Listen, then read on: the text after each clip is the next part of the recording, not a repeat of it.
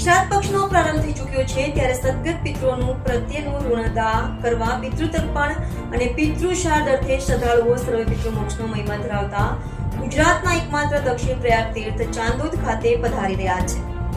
શ્રાદ્ધ પક્ષ જેને પિતૃ પક્ષ તરીકે ઓળખવામાં આવે છે, ભાદરવા વદ એકમ તારીખ 8 સપ્ટેમ્બરથી તારીખ 21 સપ્ટેમ્બર અમાસ સુધીના દિવસો પૂર્વજોની સ્મૃતિને કાયમ રાખી પિતૃ ઋણ અદા કરવાના પર્વ તરીકે મનાવવામાં આવશે। આપણું અસ્તિત્વ જેઓના કારણે છે તેઓ પ્રત્યે પ્રેમાદર વ્યક્ત કરવા માતૃ અને પિતૃદેવોભવની સંસ્કૃતિ ધરાવતી ભારતીય પ્રણાલીમાં તેઓના અગણિત ઉપકારની સ્મૃતિને ચિરંજીવ રાખવા આ દિવસોમાં શ્રાદ્ધ કર્મ માટે નદી કિનારો, સંગમ અને તીર્થસ્થળનું વિશેષ મહાત્મ્ય દર્શાવ્યું હોય। વડોદરા જિલ્લાના પ્રખ્યાત પવિત્ર નર્મદા કિનારાના પૂર્ણાપ્ત દક્ષિણ પ્રયાગ તીર્થ ચાંદોદમાં ગુજરાત સહિત ભારતભરમાંથી હજારો શ્રદ્ધાળુઓ રોજે રોજ પોતપોતાના તીર્થગોર પાસે પિતૃ કાર્ય કરાવવા ઉમટી રહ્યા છે। શ્રાદ્ધના મૂળ શબ્દમાં જ શ્રદ્ધા રહેલી છે, જેથી પિતૃઓની પૂજાને સાક્ષાત વિષ્ણુની પૂજા સાથે સરખાવાય છે।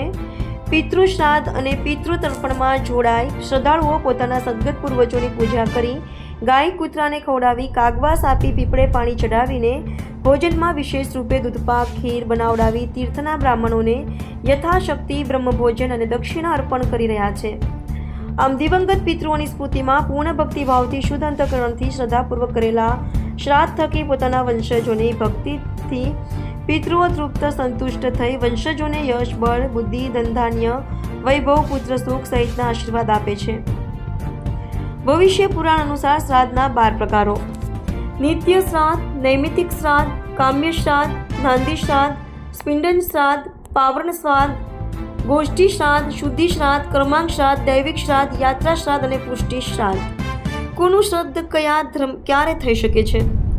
કોનું શ્રાદ્ધ કર્મ ક્યારે થઈ શકે છે?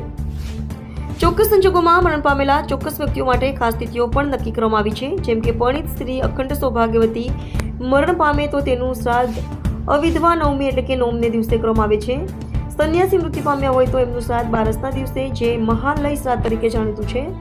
13ને જગાત્યાનું શ્રાદ્ધ તરીકે ઓળખાય છે, એટલે કે નાના બાળકોના મૃત્યુ હોય તો તેઓનું શ્રાદ્ધ 13 કરાય છે। તો 14નું શ્રાદ્ધ યુદ્ધમાં શસ્ત્ર અસ્ત્રથી મરણ પામ્યા હોય તેઓનું કરાય છે, અને અમાવસ્યા સર્વ પિતૃમાસ તરીકે ઓળખાય છે।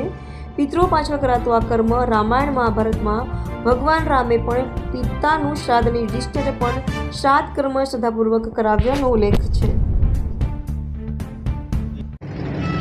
જી મહારાજ। નર્મદે હર આયુ પ્રજા ધનમ વિદ્યા સ્વર્ગ મોક્ષ સુખાની છે। જ્યારે મનુષ્ય દેહમાં આપણને જન્મ મળતો હોય છે ત્યારે મનુષ્ય દેહ પર દેવઋણ, ગુરુઋણ અને પિતૃઓનું ઋણ હોય છે। માટે પિતૃઓના ઋણની મુક્તિને માટે આપણા શાસ્ત્રમાં ભાદરવા મહિનાના પૂનમથી લઈને અમાવસ્યા સુધી જેને શ્રાદ્ધ પક્ષ કહેવાય છે, અને આ શ્રાદ્ધ પક્ષમાં સર્વ તીર્થોની અંદર પિતૃકર્મ, પિતૃ શ્રાદ્ધ કર્મ કરવા પડે છે। તો આપણા ગુજરાતના દક્ષિણ પ્રયાગ તીર્થ તરીકે જાણીતા ચાંદોદની અંદર જેને સર્વપિતૃ ભૂમિ કીધેલી હોય છે, તો ચાંદોદમાં તમે સર્વપિતૃ શ્રાદ્ધ કરાવો છો, જેથી આપણા પિતૃઓના આત્માને શાંતિ, સદગતિ અને મુક્તિની પ્રાપ્તિ થાય છે। ચાંદોદમાં જે ત્રિવેણી સંગમ છે, એ ત્રિવેણી સંગમની ભૂમિ પર કહેવાય છે કે સ્ત્રી હોય, પુરુષ હોય, કોઈ પણ વ્યક્તિ હોય, બરાબર, તો સર્વ પિતૃનો અહીંયા ઉદ્ધાર થાય છે। માટે દેશ વિદેશમાંથી પણ આ શ્રાદ્ધ પક્ષની અંદર ચાંદોદમાં શ્રાદ્ધાધિક કર્મ માટે બધા યાત્રાળુઓ પોતાના પિતૃઓના આત્માની શાંતિ, સદગતિને માટે પધારતા હોય છે। બ્રહ્મભોજનનો શું મહિમા?